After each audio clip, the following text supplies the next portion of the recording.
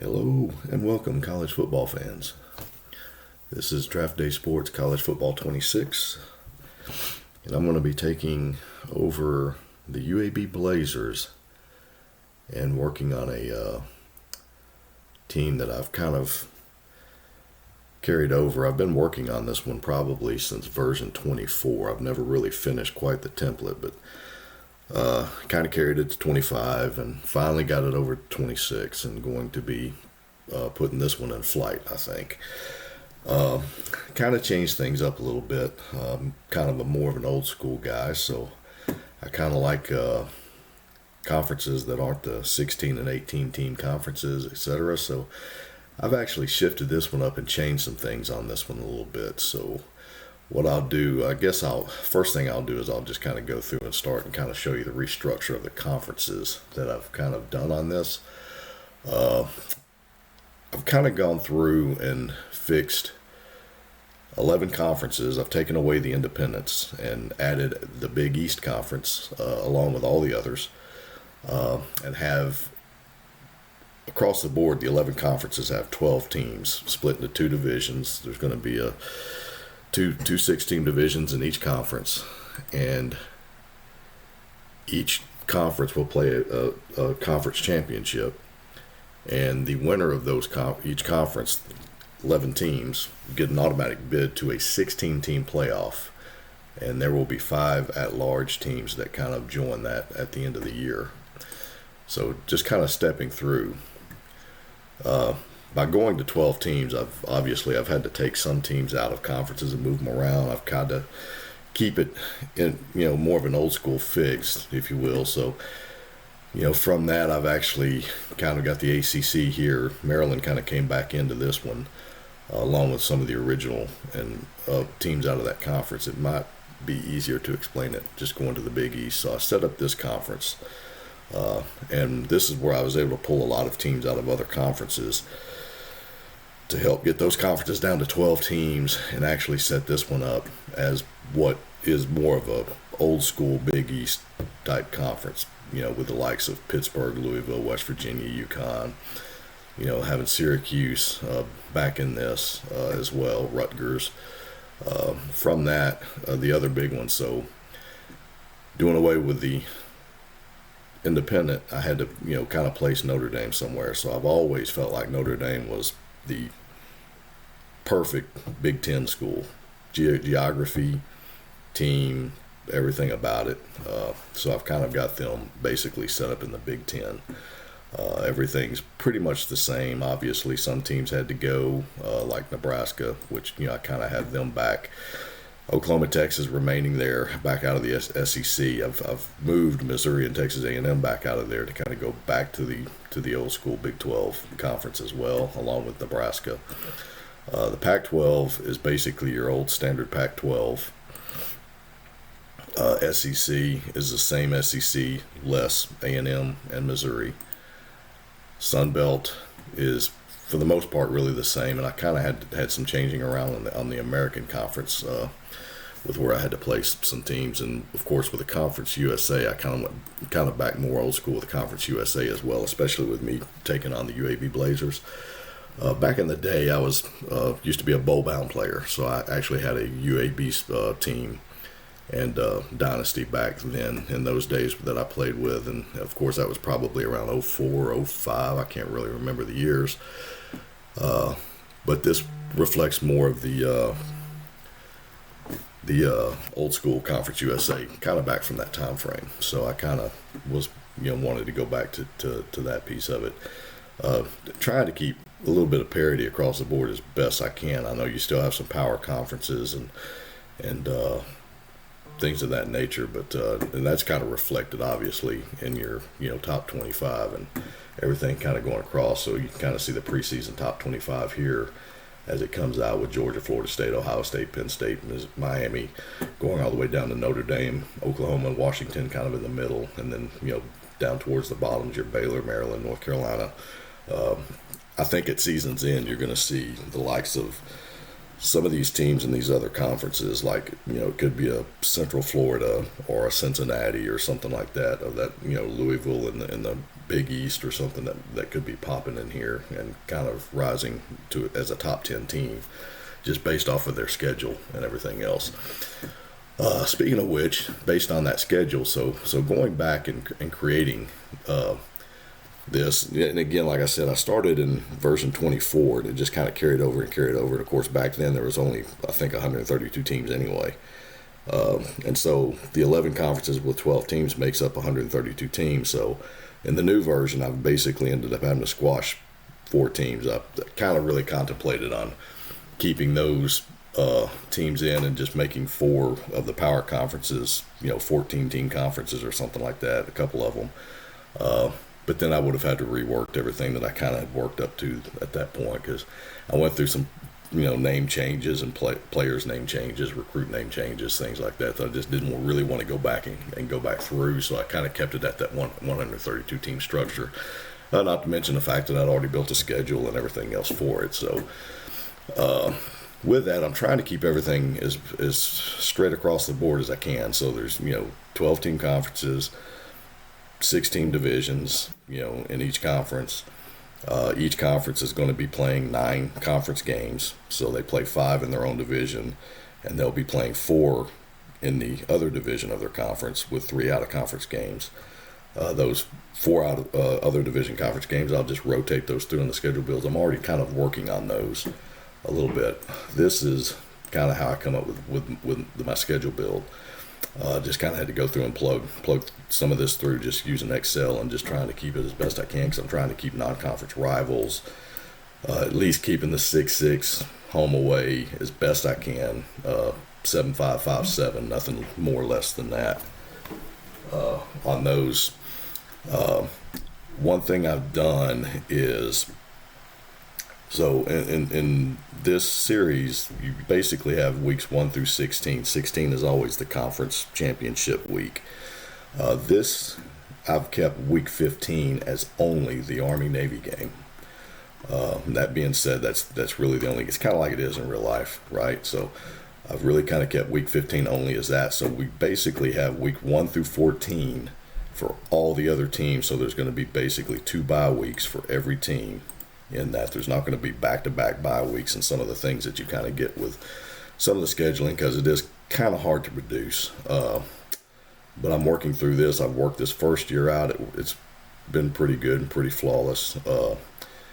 And, the thing I'll be able to keep with this, I'll be able to do the home games this year as away games next year in conference, and so on and so on and so on, rotating in and out, where the teams are playing 4 out of division conference games and rotate those in, so the 2 that they didn't play, they'll get to play the next year, and so on and so on. So with that said, basically, if you kind of go back and look at my UAB team as far as the schedule, and this is kind of how it worked out for me on this one is I have 3 out of conference games to kind of start the season, week 1, 2, and 3, then a bye week, then I go into all remaining conference games. My bye weeks are 4 and 13, with 15 being the Army-Navy week, and then 16 is going to be the conference championship games. So with this one, I've got 2 in-state out-of-conference games. So I've picked to go on the road with Troy, and I've got Jacksonville State at home. I open the season against number 11 Tennessee at Tennessee, which is probably going to be extremely brutal for me, especially with my conference.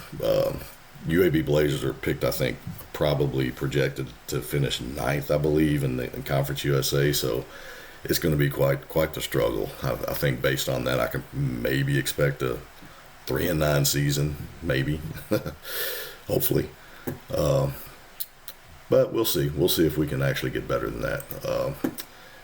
Just going through and looking at, my roster and everything as well, I don't really have anything really stacked. I've got, kind of, obviously my seniors are at the top, and those are and any players that I have pretty much 80 and above are going to be those. If I look at my quarterbacks, probably the guy I'm looking like I'm going to be going with, at least starting out, it's probably going to be Daniel Arland. He's a redshirt sophomore, got 90 speed, and I like to run a spread. I like to run a dual threat quarterback. RPO, RPO is kind of big for me. Things of that nature. I mean, as far as his intelligence is decent, his arm's really not the best. But just off his speed and for what I'm wanting to try and run, I'm probably going to go with this kid kind of starting out. We'll see. I may get three games in, and I might end up having to go back, down to Schuler or something like that. I think probably he may be my second best option. While Ferguson's really not out of the mix either. I don't really have any seniors there. So from a recruiting aspect, one thing I'm going to basically go back and try and look on the position summary. If I look at all my seniors, I have all these here. It looks like I've got about 20 scholarships. And I think initially starting out, I'm probably going to go through and just target one for one. If I'm losing a running back, I'm probably going to look to maybe sign one. If I'm losing two tight ends, I'm going to look to sign two, and so on. It may not work out that way at the end of the year.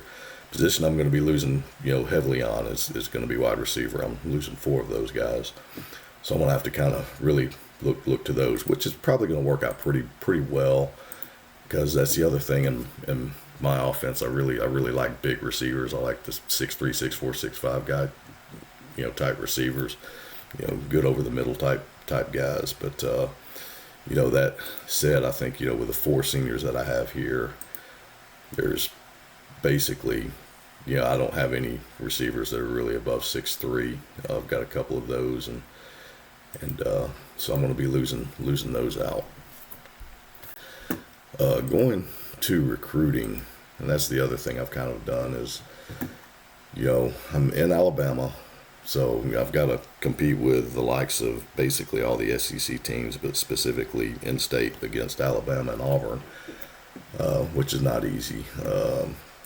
The other great, I guess, pipeline that I have is Maryland. So one thing I'm going to look pretty hard at is seeing if there's maybe anybody up in Maryland that I might be able to fill my board with. And I've kind of gone through and already filled my board. Got this first week, so we're in training camps right now, August 1st. So when I advance, we're gonna finish out our training camps and kind of go into week 1. But I went ahead and filled my board at this point, and the targets that I kind of have is I've kind of gone through this. So one thing that I looked at is, let me pull this up. So if I go through here, this is what I've got graduating. So initially in my mind, I kind of thought that I'd like to go through and just find 100 targets. Based off of what I'm losing, I wanted to target 15 receivers, 9 cornerbacks to replace the 2, 10, so on down the list, and 1. Don't really have any quarterbacks there, but again, I don't have anybody strong. Arlen could be. He's a sophomore, so I've got him 2 more years if he doesn't transfer or whatever.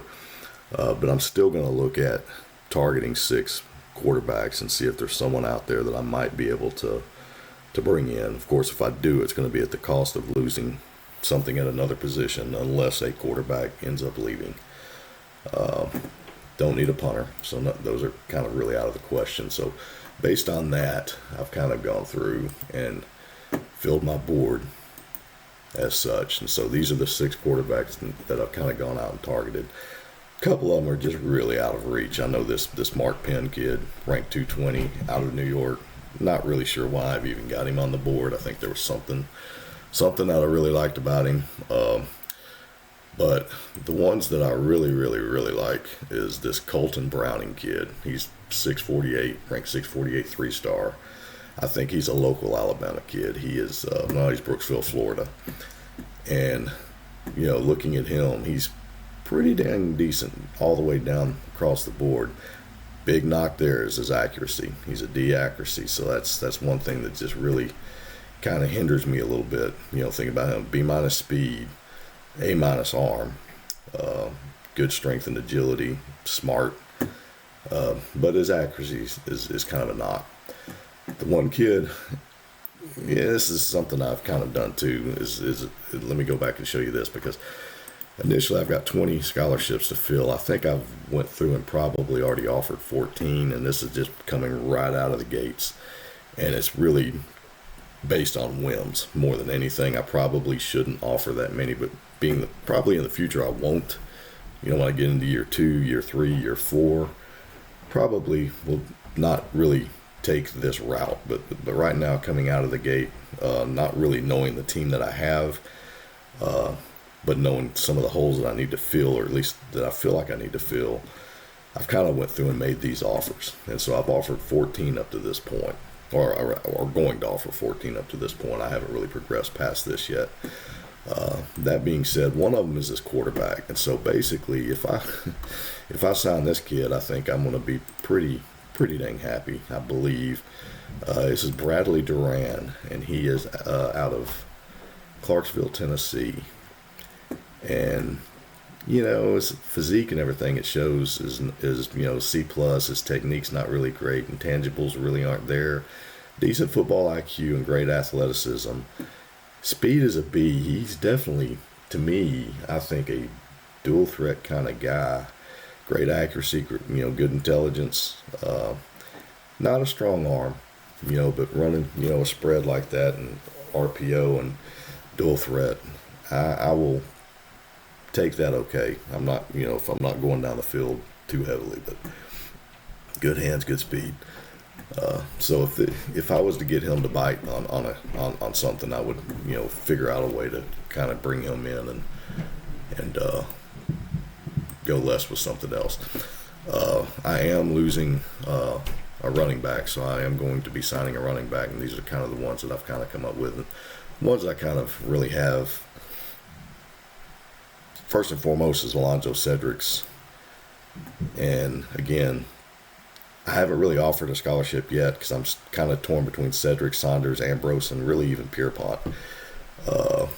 Pierpont's, I think I can hold off on him. Again, there's a lot of these things, these actions here. If I look at their scouting and stuff, some of these like run blocking is an F. My running back, I don't care for my running back. He's not blocking for himself, so I could care about that.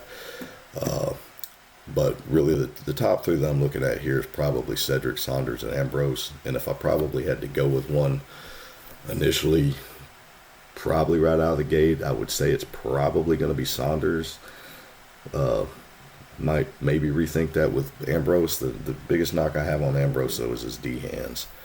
Not a big fan. But then again, I'm UAB, so I don't really I'm not going to have the selection of getting A's across the board on pretty much anything. I think pretty much anybody that I'm going to be signing, I want to be lucky to get 1 or 2 A's and a couple B's, and then I'm going to have to live with C's and D's on some of their attributes that really kind of matter. And no fullback signing this year, which kind of brings me back to showing you my roster, because I've really got a kid here at fullback. It's this Lemansky Ware. He's a junior, but he's got 86 strength, 62 agility, 81 speed at fullback. I'm sitting there.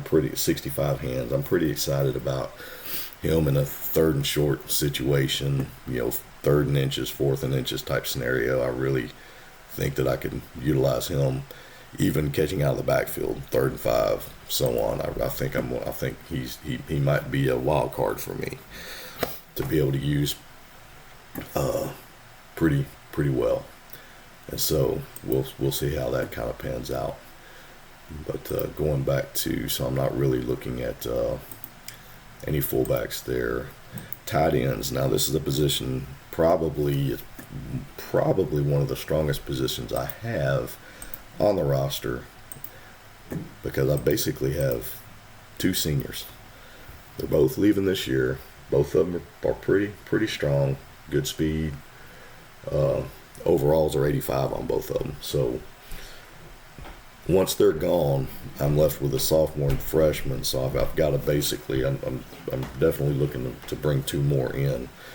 And that's kind of the reason why I kind of did this. And this is really just throwing a Hail Mary here. I really don't expect to get this kid.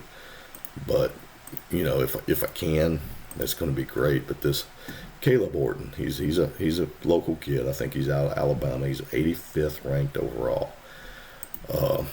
He's out of Decatur.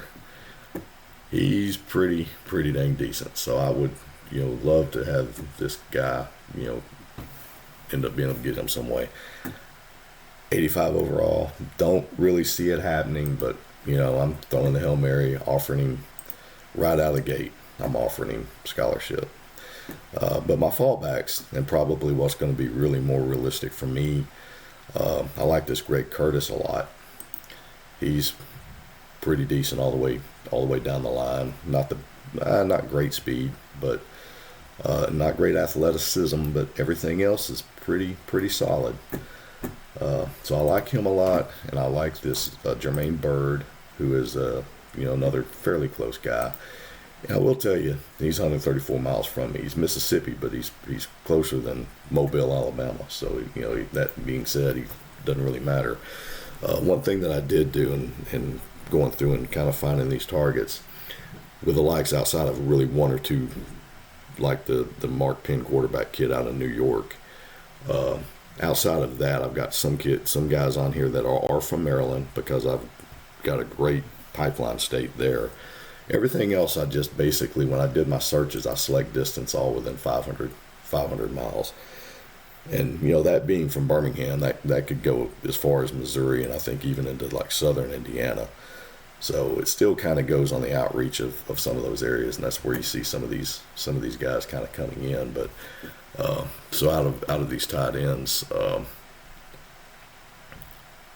that's where you get your Meridian Mississippis, your Tennessees, your Georgias, and so on. But coming Jeremiah Riggs is probably another one. If you get really far down the list, ranking 1599, I think this Ackerman kid is kind of decent. I mean, he's terrible speed, but not strong really, but good, decent pass blocking and run blocking. And then the big position for me is wide receiver. So I'm losing four guys. So again, this is one probably a little too aggressive, but I'm offering 3 scholarships here just right out of the gate. First one I'll throw down here is this Jamil Metcalf, ranked 926. He is out of Tampa, Florida, and not the best intangibles, but everything else is pretty good. He's a B run blocker. He's 6'4", big wide receiver. Good speed, good hands, good, great agility, good strength. So overall, as a 926, I think he's very reachable for me. I'm just going to kind of continue to go after him pretty hard. The other one is this Ramars Felder. He's a 5'10" guy. He's not a big receiver. Maybe somebody I could throw in the slot or something. He's out of Atlanta. Biggest knock on him is, I say knock is pass blocking, but it doesn't really matter for him. At the wide receiver position, I'm not looking at that as hard. But he's pretty decent across the board. So I'm not sure that I'll end up with this kid or not. But the other one I really wanted to go after, and I like this guy a lot, is this Kelvin Kemp. Not quite sure I didn't get anything out of the scouted attributes, like I did everybody else. But again, he's 6'3", he's a local kid, he's Prattville, so I'm gonna kind of look at him. And there's a couple more. So this kid here, this Ashton Freeman, he's one of the ones out of Maryland, and I kind of like this guy a lot as well. And if I can kind of get him, being a good pipeline state in Maryland, he might be somebody that I can actually get. He won't go to the likes of Virginia or Maryland or Boston College or somebody like that. Maybe I'll be able to get him. But this Quadarius Brinson is another one I kind of like a lot as well. He's 6'5". Ponte Vedra, Florida. He's 80 East High School. That's where Tim Tebow went. Great athleticism. He's good strength, good agility, great speed, A+ speed, 6'5", A+ speed. Wow. So that's something I'm looking at pretty hard there too. I'm kind of keeping him in the back of I still have a fourth one to offer, but I really not decided between Freeman and Brinson, and fallout of Felder. If he goes away, I'm going to have to be looking at, bringing in more than just them as well. Going back to the offensive line, I've got basically, I think I'm having to replace a center, a tackle, and 2 guards. So yeah, so the guard position is another one that's going to be pretty heavy for me. And I think I've went through basically. Let's look at centers first.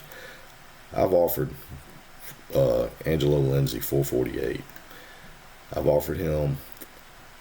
Might be too far out of my grasp. Not really sure. Not the best pass blocking, but okay. He's out of Tampa as well. I think the other guy, the one that I'm probably going to really fall back on, I'm really thinking if Lindsay goes by the wayside, which I kind of suspect that he probably will, the one that I'm probably going to go after hard is this Nate Judith. A strength, B agility, B speed, B hands, pass blocking, B run blocking. Just everything's great across the board. F intelligence. That's kind of the one thing you're going to roll the dice on, I think, a little bit. But he's a South Carolina kid. He's close enough to home, but he's 321 miles. So I'm Clemson, South Carolina, other schools, North Carolina.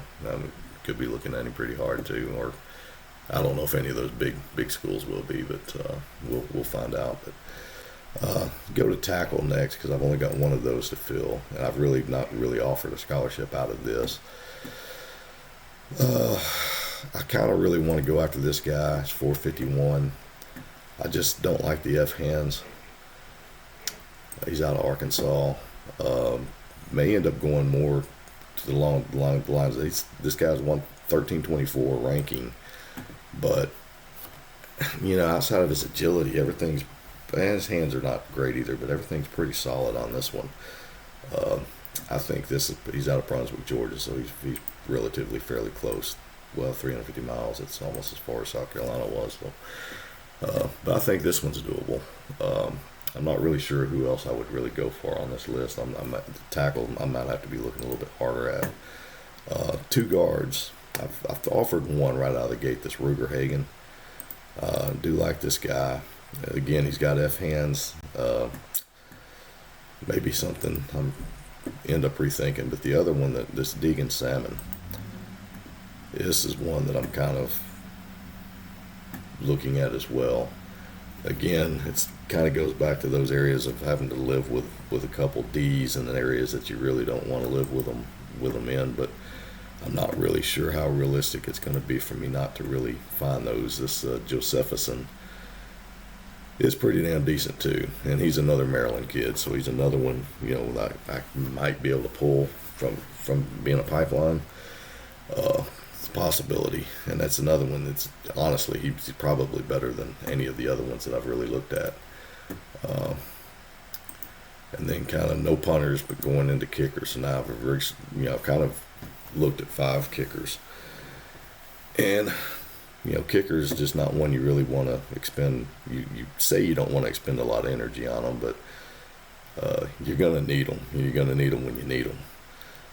This Tyson Hibbard is the one that I've just went ahead and offered basically scholarship on. His IQ's A, his intangibles A. Things that matter is distance and accuracy are both A's.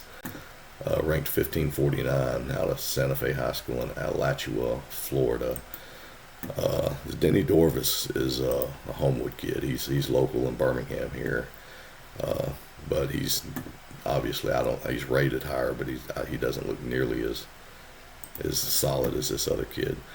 And this Landon Mezigamez is another one I would look at pretty hard too.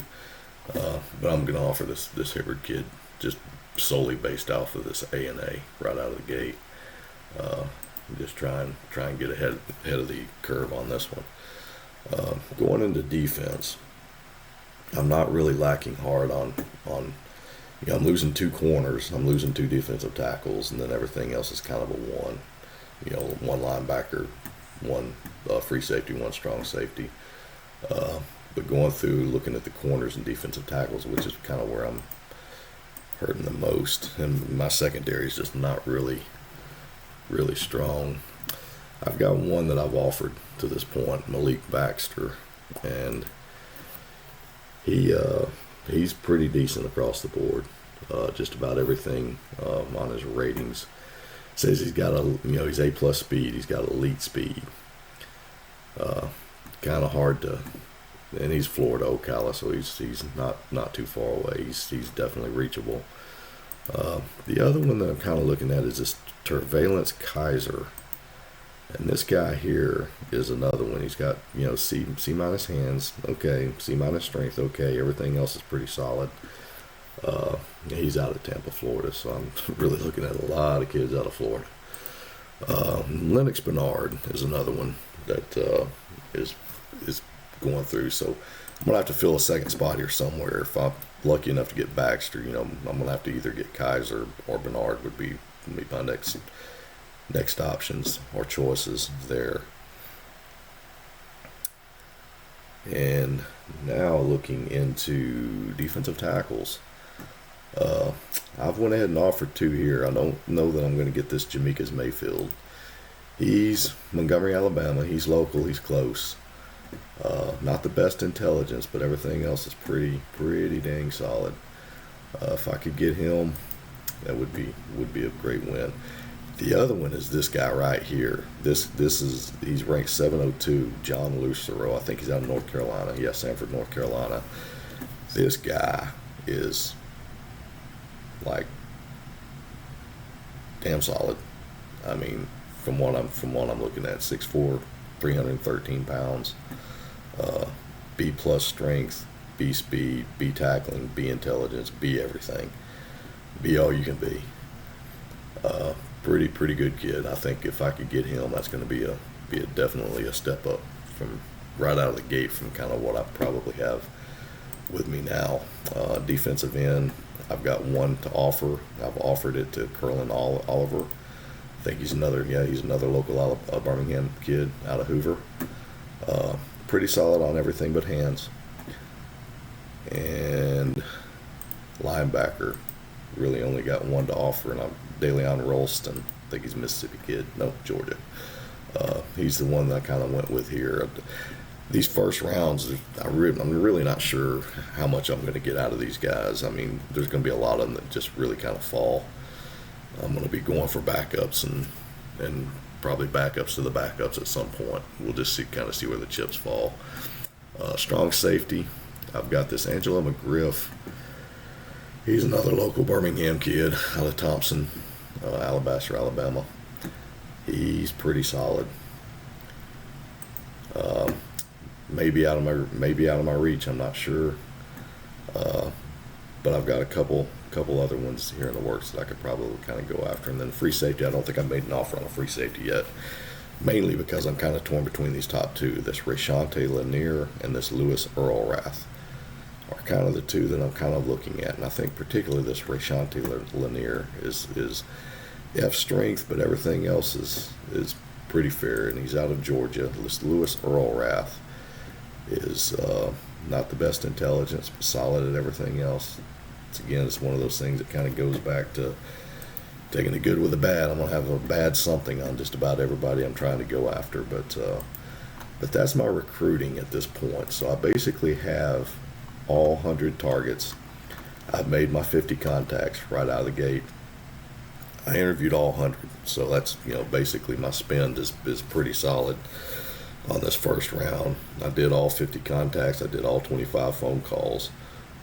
And one thing I did do is right out of the gate, I think I did 2 home visits, and I did that. I mean, these are more costly, but I did that with that Bradley Duran kid and the Caleb Horton tight end.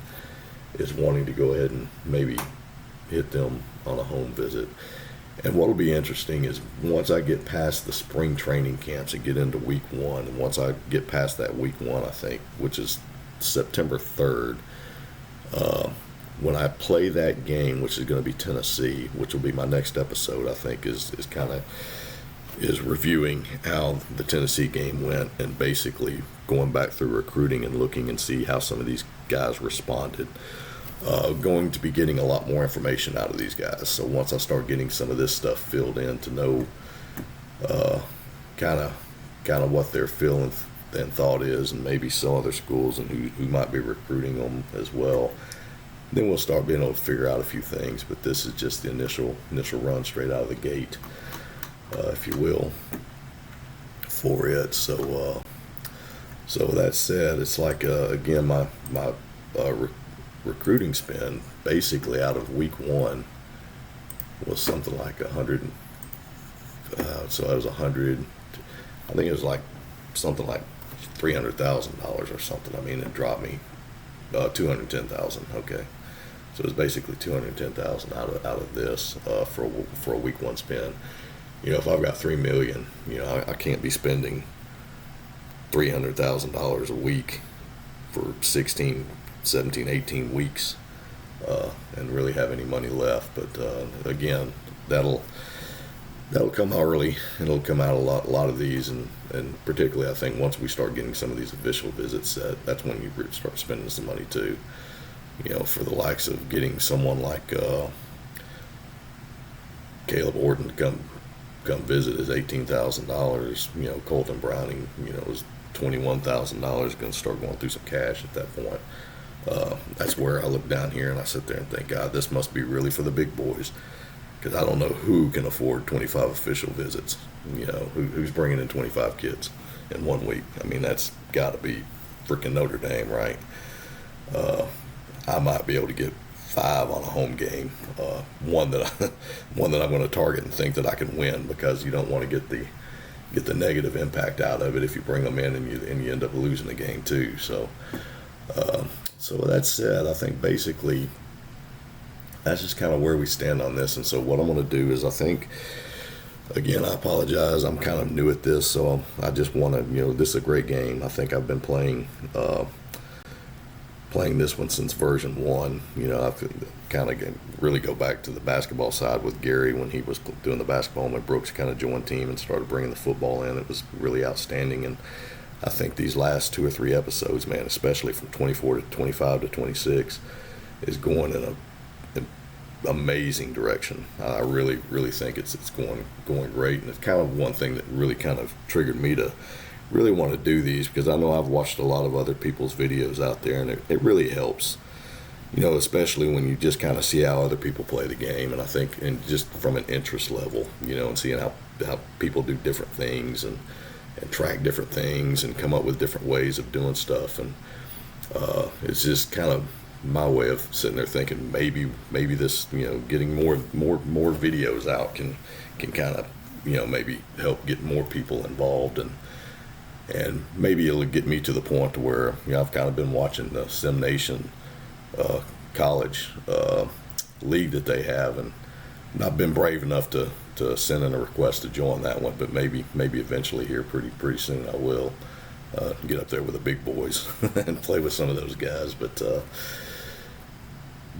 anyway, so what I'm going to do is, this is just the initial season 1, episode 1, initial layout of kind of how I come up with the league and what I'm going to be doing and playing as UAB. Hopefully, down the road I'll have a season 2, season 3, season 4. Maybe I get an offer, and I'd love to eventually end up at Auburn, which would be fantastic. But at any rate, I think my next episode will be season 1 episode 2, and it'll be post Tennessee. So what we'll do is we'll actually look at the outcome of that game, kind of dissect it and see what went good, what went bad.